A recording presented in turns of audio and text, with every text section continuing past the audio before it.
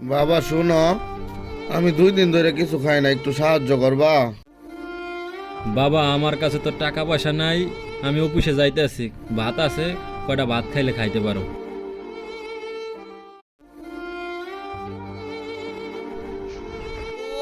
একটু ভাত একটু ডাল হইলে ভালো হইতো বাবা।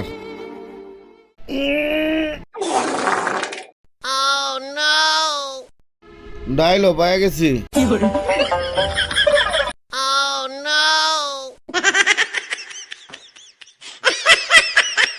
একটু পানি পাওয়া গেলে ভালো হইতো।